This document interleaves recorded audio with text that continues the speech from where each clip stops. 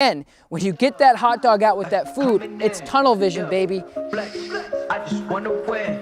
Yeah. LA baby, who we running with? Yeah. 2, 2, 3, 3, I'm on 10 again. Yeah. State your name. Big big dope on flame. I just switched the lane. Damn, he did it again. I just flipped the pain. Stripping and dipping the bass. Slab on everything. Hello everybody and welcome back to the coolest dog training channel right here on YouTube. Thanks for joining me today.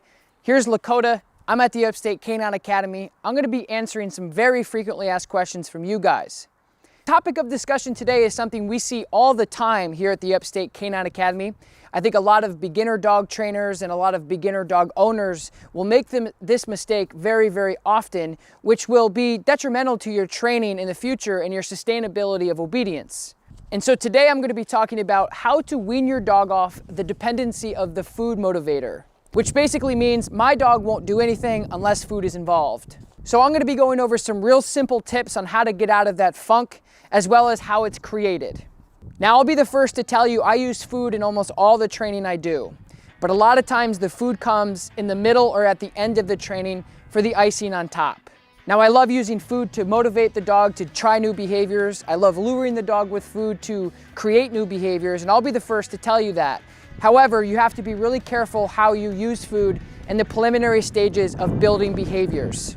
So if you think about it, if you get into a training class and you cut up a half a pack of hot dogs or a whole pack of hot dogs, pretty much any animal that eats meat is going to follow you around the room, which is okay if that's what you're looking to do. But at what point does it become feeding versus training? And I see that very frequently. You go to a training class, they say, bring your hot dogs. The dogs get really excited. They salivate like that. I don't have hot dogs, but she just loves anything. And they get really excited to work, which is fantastic. I love motivating dogs and creating euphoria for them to train and work and learn new stuff. However, I've also taught this to 7-year-olds at the 4-H club on how to lure animals around with food.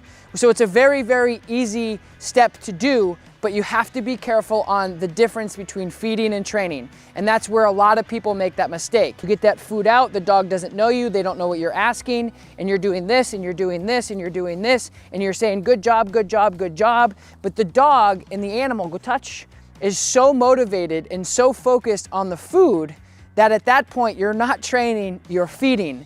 Now, it's the same thing I talk about very often on the other end of the spectrum of being very careful how you apply pressure, corrections, discipline, structure, all that stuff. You have to meet somewhere in the middle to be fair to the learning curve of the dog. Now, it may sound silly, Tom, how can you ruin a dog with food? It's very simple. Teaching a dog to follow you around a room and chase food and lure without teaching behaviors is a big waste of your time. And if you're paying a trainer to help you do this, it's a big waste of your money as well. You really have to ask yourself, if you ask your dog to do a behavior, do you need that motivation to get them to do it? Or have they captured the behavior internally and understand it to the fullest amount? Ask yourself that. Seriously, look at your dog right now, think of your dog, think of your training protocols and say, if I ask my dog to down, will they down? If I ask my dog to sit, will they do it without a prompted motivation? And I'm only making this video because it creates such frustration with dog owners when they come in and they say, my dog has been through basic training before and they know sit, they know heel, they know down, and they know all of these things, and I get them out on a leash and I say, hey, Fido, sit, and the dog's looking at me like I have no idea what that is, and B, even if I did know it, I'm not gonna do it because you're not serving me any food, so no way, Jose.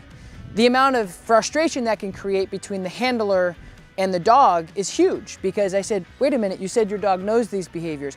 Oh, well, they do, hold on, let me get you some food.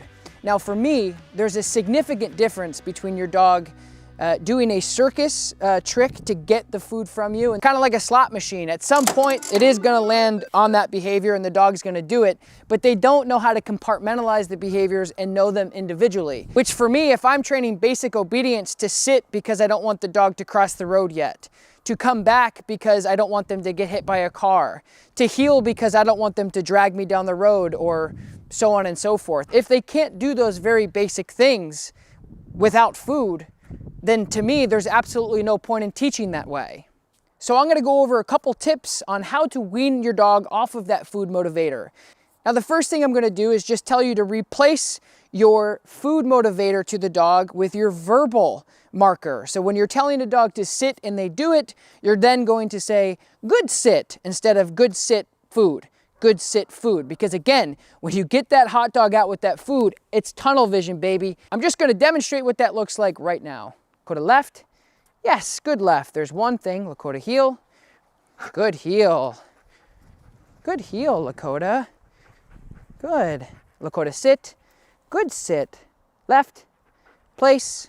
Good place. Left. Good left. Touch. Good. Stay. So there's maybe 6 or 7 different things I've asked her to do.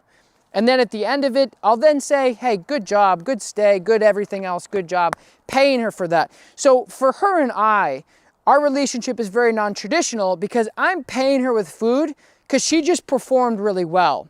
I marked the behaviors when she was doing it with my verbal. And that's the difference. So a lot of people will go, good heel, good sit, good down, good place, good left, good touch. Right? And I did that with my voice instead of food. I just paid her at the end because she reached all my expectations like she normally does, and I was happy with her performance. So I paid her a little bit of food for doing all of that stuff at the end of the obedience trial that I just did. The second thing you can do is simply wean off of the treats that you give your dog in increments. So we're going to combine the first thing we just did with, hey, good job as you're doing it, so verbal praise. And then I'm going to give her a piece of food maybe once every 5 or 4 times instead of every single time. Because this will then tell the dog, okay, I'm still doing the right thing, but I'm not getting stuffed like a potbelly full of hot dogs. And that's another really big reason why we don't depend on food in training, is because if your dog is dependent on food for their reward and to let them know that they've done the right thing that you've asked them to do without just saying, hey, good job, and they go, okay, I've got it. If they're sitting there waiting for that food, they may think that they didn't do the right thing. If you go, oh crap, I forgot my treats, or oh crap, I'm out. So that's the other big thing in the behavioral process and building a dog up, is if your reward-based system every single time is food, food, food, if you don't have that piece of food, they may think that they didn't do the right thing. And you'll oftentimes see dog go into a sit and you go, good sit, and they go, where's my food? You don't give it to them, and they go down because they're like, okay, now I'm a little bit confused. So that's the other reason why we aren't dependent on food in the preliminary stages of building a dog's foundational obedience. Now I'm going to demonstrate how to do incremental food delivery to the dog instead of every single time like you may be used to. Left. Good left. Heel. Good heel. Quarter sit. Yes. Good sit. Quarter down. Yes. Good down. Sit. Yes. Good sit. Good job. So there you guys just saw, I was just teaching her that she's done everything I want her to do. And she's still looking for that food, but she's not getting it every single time. So that's the other way you can start doing, is just like we talked about in the beginning, replacing that food delivery with good, whatever the behavior you're asking, and then incrementally, maybe a treat, maybe not, doesn't matter. Come, good come, go touch. Yes, good touch. Lakota come. Yes, good come, go touch. Good, Lakota come. Yes, good touch. So there was another great example of just showing you guys incremental food delivery instead of every single time. She might have came to me and went back to the place 5 or 6 times, and then I gave her food at the end. The last thing I'm going to talk about is just motivation delivery in general.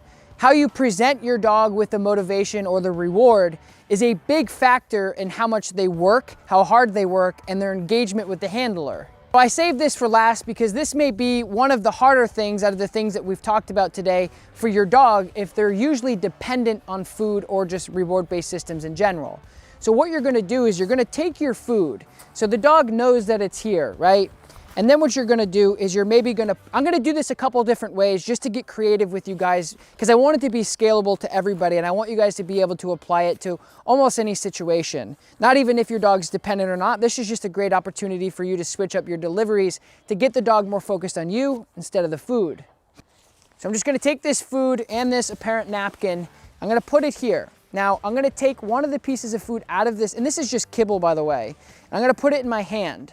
So she knows the deal, but this is gonna be applicable to any dog. They're gonna be probably thinking that I'm gonna have to go from here to here, and then they're gonna be waiting for that transaction before they anticipate that payment. When in actuality, what I'm gonna do is I'm gonna pay the dog randomly, so she or he, depending on who you're training, realizes that it could come at any given time. And the most important thing is them focusing on the behavior at task and not the item that they're working for. Left. Good. Heel. Good. Bless you. Bless you, sweet girl. So the food is in my pouch. She knows the focused heel, so she's a little bit different. But the chances of the dog that's usually dependent on food looking at the pouch is likely. So the dog is looking. Left. Go to sit. Good. Yes. Good. Touch. So it's a secondary source of food for the dog because she didn't know that I had it in my hand. So she's like, wait.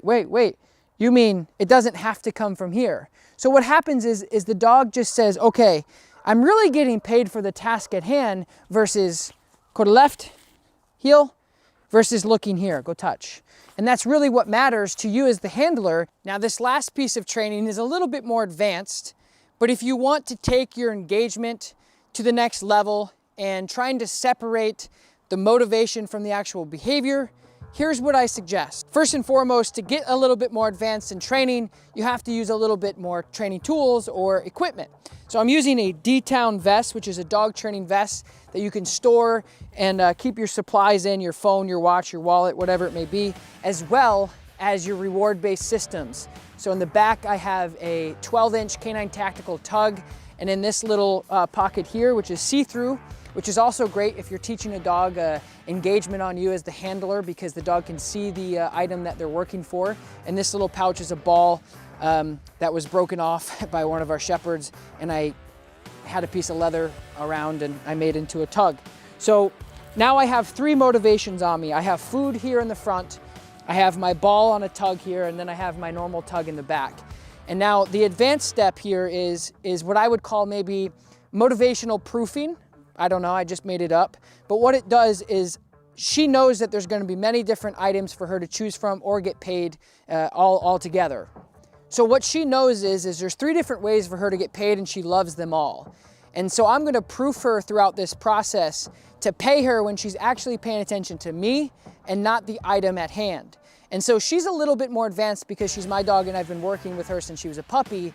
But I just want to show you how you guys can recreate this at home. She's out of practice. I don't train her every day, but in videos like this, when we're in quarantine and we don't have a ton of dogs to choose from like normal, I'm going to be using her as a demonstration. So my goal is going to be getting her out and then offering her a reward on the ground without releasing her, so she can't really get it. But she should be focused on it, and your dog should be definitely focused on it if they're not practicing this type of advanced obedience and engagement in general. So I'm gonna show you how this works. Left, good, heel, good, good girl, good girl. So she's very engaged with me, which I like. Good girl. I'm gonna slow it down a little bit. I'm gonna show you what I'm gonna do. So I'm gonna take this tug out, left, good girl. Good. Yes, good. So what I did there, guys, good girl, is touch, see you later, alligator. She looked at the tug when I threw it, and then she looked right back up at me, and as soon as she gave me that redirectional, hey, never mind, I want to pay attention to you because I think that the fun actually comes from you, and I say, yes, it does, and then I release her because I'm paying her for the engagement into me. So ultimately, at the end of the day, for you guys and your dog, you want the dog to engage with you, and then you release them. So you're actually paying them through the release, your break command, to get the tug and then play tug with you once they're focused in on you. I'm gonna take that a step further. I'm gonna pay her from me. So I'm gonna throw the tug and I'm gonna get the other tug out, but I'm gonna ask her to do a little bit more obedience, a little bit more advanced. So I'm gonna ask her for a little bit more focus here, a little bit advanced, a little bit of everything. Left, good, heel.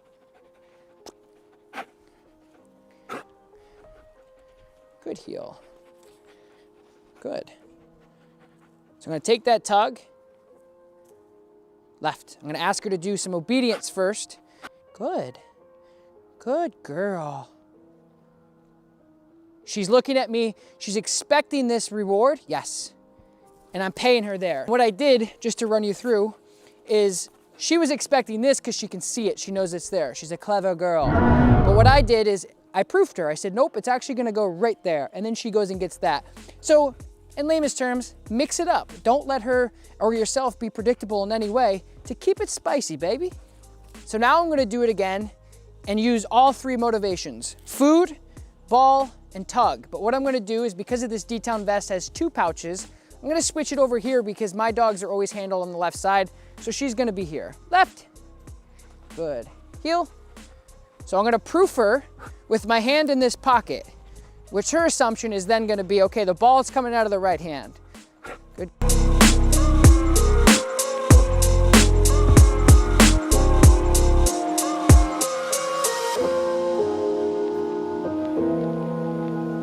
Good, left.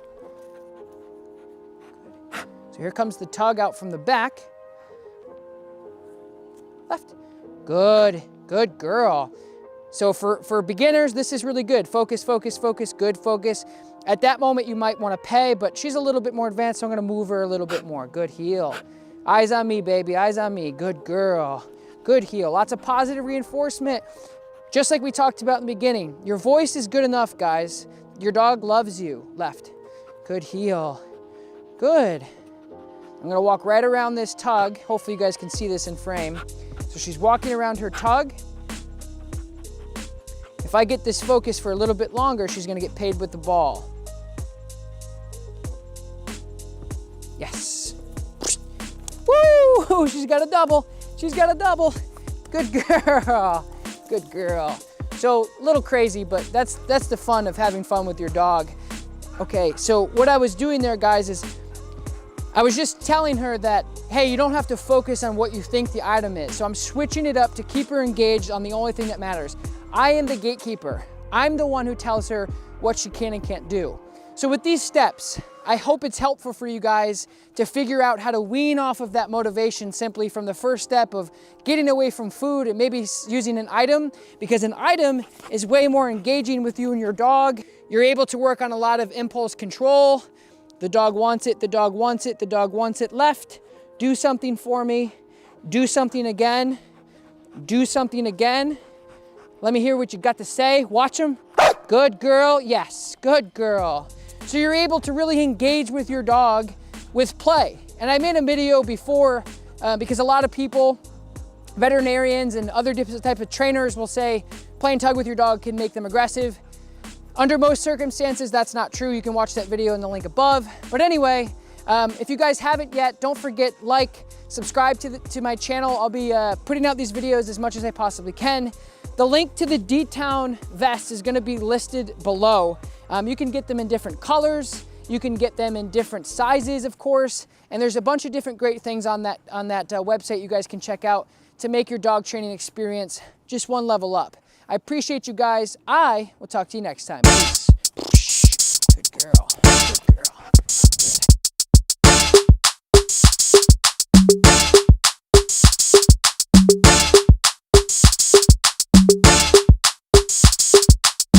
And it's a ticket talking Mazda for the biggest. That's a comma and a comma and a comma. Gotta get it. And it's a ticket talking Mazda for the biggest. That's a comma and a comma and a comma. Gotta get it. I'm a comma and a comma and a comma. Gotta get it. Comma and a comma. Gotta